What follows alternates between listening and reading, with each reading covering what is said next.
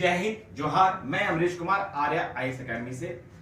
अभी हम लोग देख रहे हैं जीपीएससी मेंस में जो महत्वपूर्ण प्रश्न आने वाले हैं जीएस पेपर्स में, उसको मैं बताने जा रहा हूँ। इतिहास और भूगोल जो जीएस थर्ड पेपर, जीएस तो फर्स्ट पेपर है लेकिन थर्ड पेपर होता है मेंस का, तो ये जीएस फर्स्ट पेपर मैं बता चुका हूँ। अब जीएस का जो सेकंड पेपर है जिसको कि आपको मेंस में फोर्थ पेपर बोलते हैं, तो ये आपको एक बहुत महत्वपूर्ण टॉपिक है, एक महत्वपूर्ण जो है विषय है जो भारतीय संविधान एवं राजनीतिक, लोक प्रशासन तथा सुशासन से संबंधित है।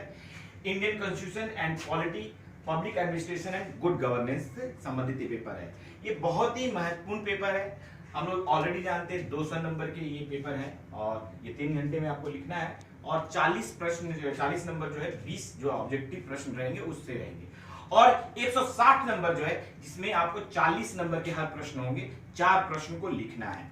लगभग 7 या 8 प्रश्न आपको दिए जाएंगे जिसमें 4 आपको लिखना है। इसमें आपको लिबर्टी ये है कि कोई भी 4 आप लिख सकते हैं। इसमें कोई सेक्शन नहीं किया रहता है, लगातार रहता है, तो कोई भी 4 प्रश्न आप लिख सकते हैं।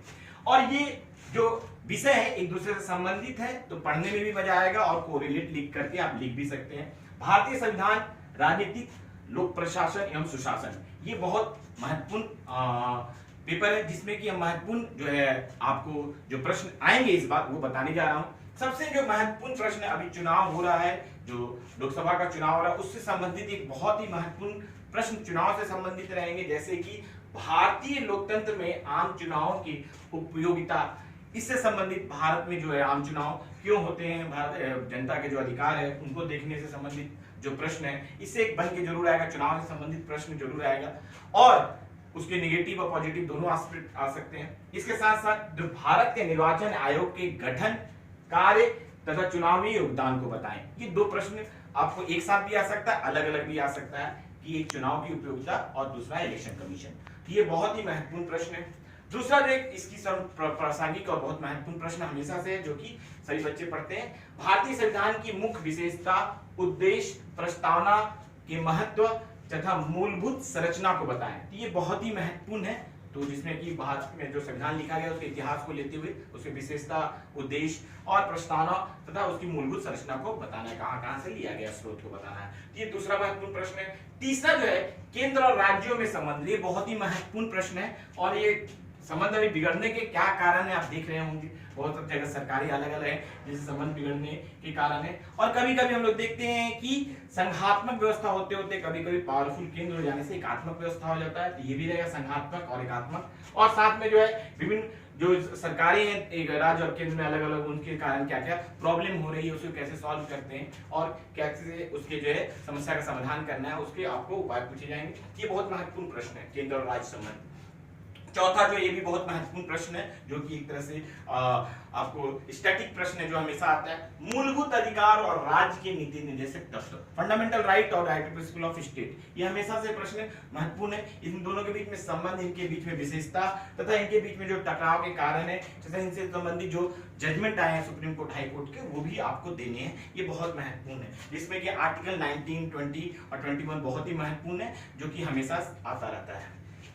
फिर राष्ट्रपति, राज्यपाल और भारत के नियंत्रक एवं महालेखा परीक्षक, ये 3 अलग से टॉपिक को आप अच्छे से देख लेंगे। राष्ट्रपति के कार्य, उनकी जो है नियुक्ति और उनकी जो है आपदा जो शक्तियां हैं, आपातकाल की जो शक्तियां हैं, उन सबको देखना। राज्यपाल का भी देखना है, गवर्नर को भी अलग से पढ़ाना है और कैग अनुच्छेद 148 को भी पढ़ना है अच्छे से, कंट्रोलर ऑडिटर जनरल। तो ये बहुत महत्वपूर्ण जो है प्रश्न जो है आपको भारतीय संविधान से संबंधित आपको बताएं। एक प्रश्न जो है बहुत अपने आप में हमेशा ही आएगा घूम फिर के, भारत में आपदा प्रबंधन के प्रकार, आपदा के उपाय किस तरह से उपाय किया जाता है पूर्व और उसके बाद आपदा के समय और तो आगे जो आपदा का उपाय किस तरह से किया जाता है वो देखना है आपको। इसके साथ विभिन्न स्तर पर इसके प्रशासन को देखना है और इसमें जो है जो निवारक संस्थाएं, जो हेल्पफुल संस्थाएं हैं, आपदा प्रबंधन के उपायों को देखना है। तो आपदा प्रबंधन अपने आप में एक महत्वपूर्ण प्रश्न बनता है। इसके बाद एक बहुत महत्वपूर्ण है भारत में बहुस्तरीय प्रशासन, मल्टी डायमेंशनल जो आपको मल्टीलैटरल जो आपको प्रशासनिक व्यवस्था है जी,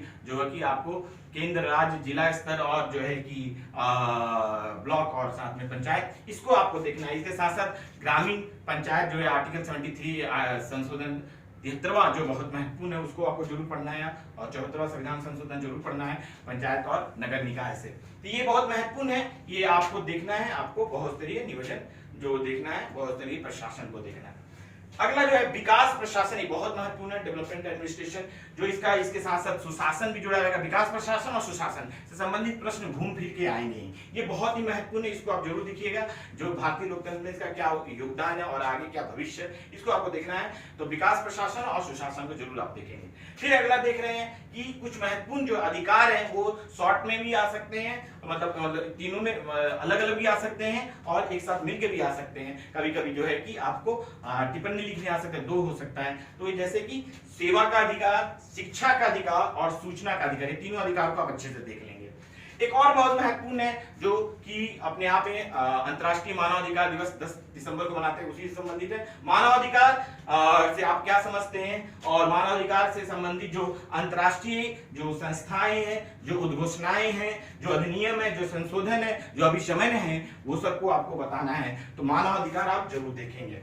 ये मैंने एक बहुत बड़ा पेपर जो है बहुत आसानी से आपको महत्वपूर्ण प्रश्न आपको बता दिया है। इन प्रश्न को आप देखिए, थोड़ा डायग्राम बनाइए, थोड़ा हो सके तो फ्लो चार्ट बनाइए, हो सके तो आप जो है कि कंपैरिजन कीजिए दूसरे देश के प्रशासन से भी, और निष्कर्ष जरूर दीजिए, पैराग्राफ चेंज कीजिए और हैंडराइटिंग आप अच्छा रखिए, तो अच्छे मार्क्स आपको मुख्य परीक्षा में आएंगे। मुख्य परीक्षा आपको बहुत ही महत्वपूर्ण है, जो हमें 1050 नंबर का मुख्य परीक्षा है, जब लगभग आपको जनरल में 600 कट ऑफ जाएगा, तो वो आप देखिएगा कि 600 तक नंबर आ जाए। तो आप लोगों का बहुत बहुत धन्यवाद और बहुत सारी शुभकामनाएं। नेक्स्ट क्लास में मैं नेक्स्ट पेपर पर डिस्कशन करेंगे। आप लोगों का बहुत बहुत धन्यवाद।